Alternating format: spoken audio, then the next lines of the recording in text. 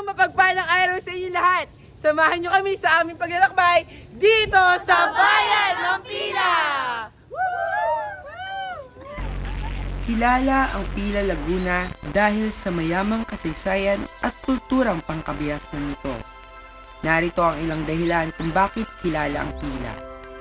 Una ay ang makabayang bayan. Ito ay tinaguri ang bayang pinagpala at heritage town of Laguna. Sunod, archaeological na lugar. Dito natagpuan ang mga Pila archaeological excavations. Pangatlo, simbahang katolika ng San Antonio de Padua. Ito ay isa sa pinakamatandang simbahan sa Laguna. Pang-apat, pista ng San Antonio de Padua. Panglima, sentro ng edukasyon at kultura.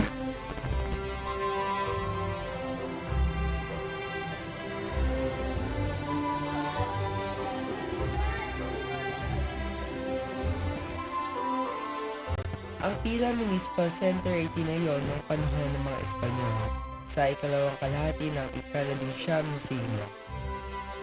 Historic ang Pila Municipal Center dahil ito ay isa sa mga natitirang gusali mula sa panahon ng mga Espanyol sa Laguna.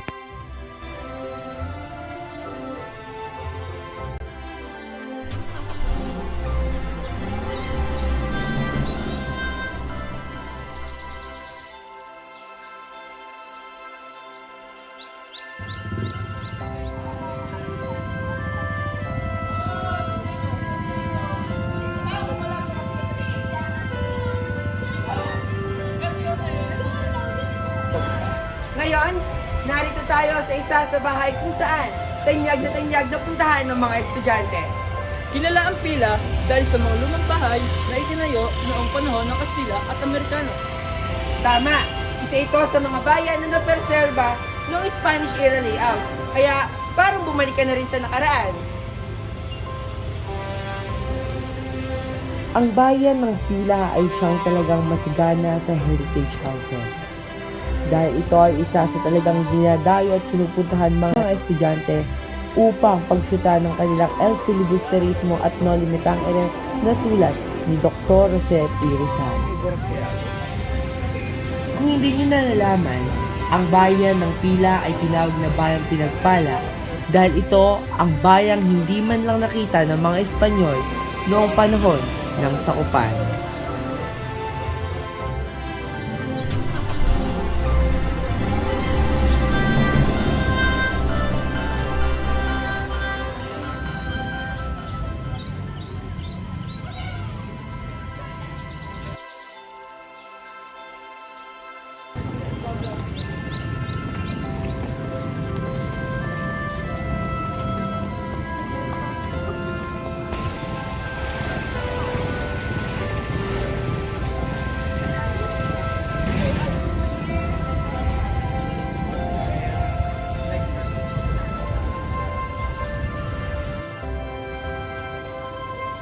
Ngayon naman, andito kami ngayon sa San Antonio de Padua Church na kung saan ito ay tinatagpan noong 1578 dahil ito ay isa sa pinakamatandang simbahan dito sa probinsya ng Laguna.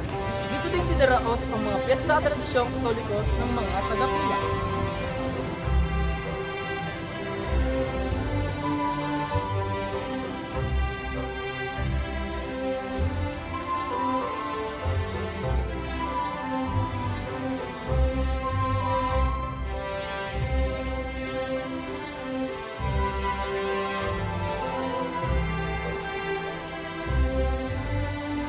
Sa tabi lamang ng simbahan ay matatagpuan natin ang Liceo de Pila. Narito kami ngayon sa Liceo de Pila, isa sa mga kilalang paaralan dito sa bayan. Ang paaralang ito ay may mahaba ng kasaysayan at nag-iisang katulong na rin ito para sa paghubog sa mga kabataan ng Pila sa loob ng maraming taon. Kapansin-pansin ang disenyo ng gusali. Simple ngunit makasaysayan at nananatiling matatag sa pagdaan ng panahon.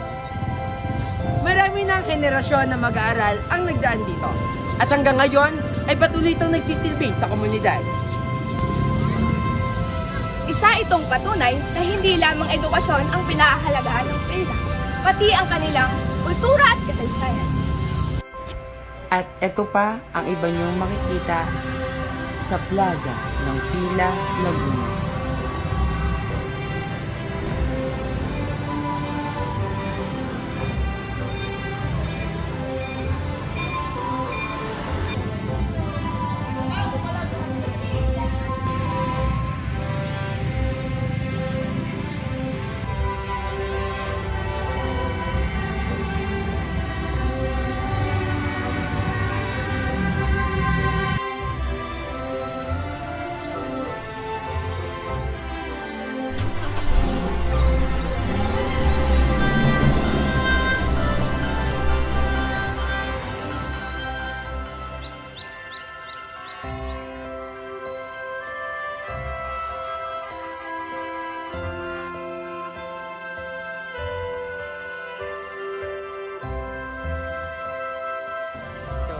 Hi! Tara na sa susunod na destinasyon! Sunod, saan tayo? Saan ka punta? Ayun sa loob.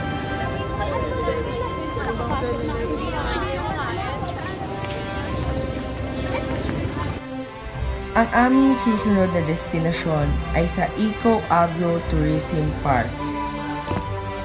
Ito ay matatagpuan pa sa Bulusukan, kaya sumakay muna kami ng tricycle na nagkakahalaga ng 20 pesos ang isang tao. At narito ang ilang landmark upang makarating sa Bulusukan Eco Agro Tourism Park.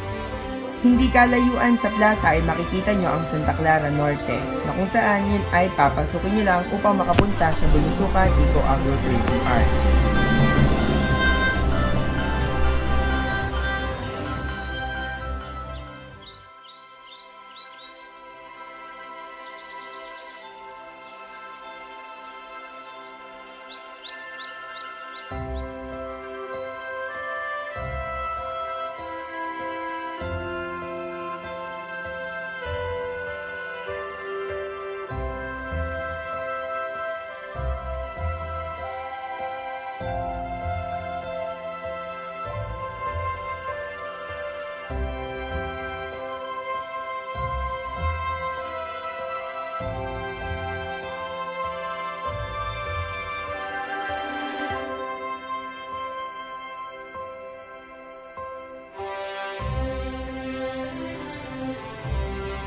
Hello everyone! So andito naman kami ngayon sa Bulusukan Eco Agro Tourism Park!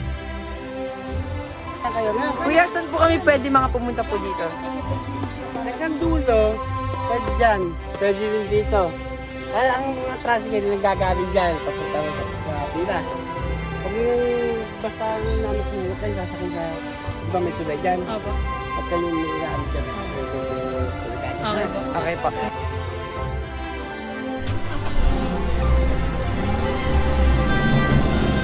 Pate!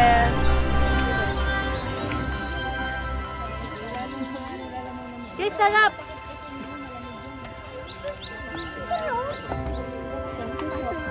Walis ako lang subukan tumalon.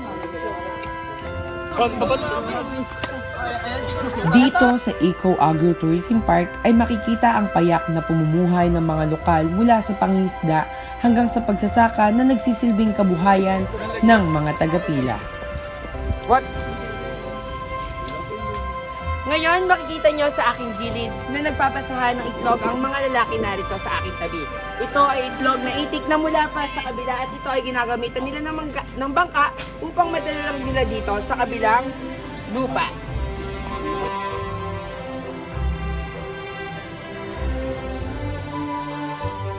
Sa sobrang curious ko na pati mukha ay naipintasan na nila kuya, kaya nila ako isinama para sa paghango nila mula sa kabilang banda.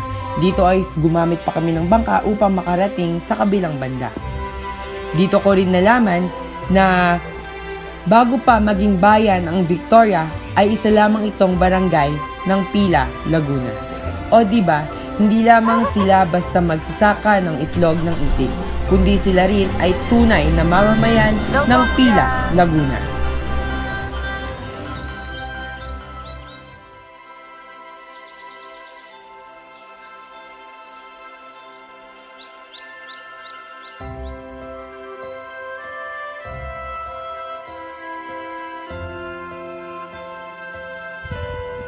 makikita nyo ngayon sa aking likuran ng ating Bulusukan Eco Agro Tourism Park Information Office, na kung saan ito rin ang tinitigilan ng ating mga Coast Guard, na kung sakali man na may mangyari sa isa sa mga turista dito sa ating tourism park, ay siyang sila ang magliligtas.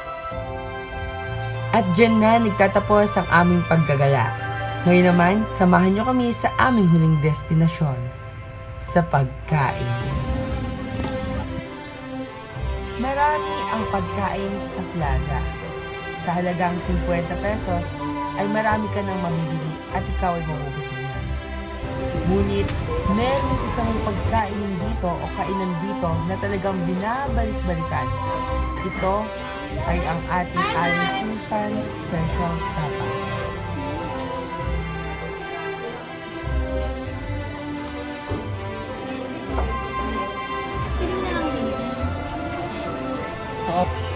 Kumabol pa siya.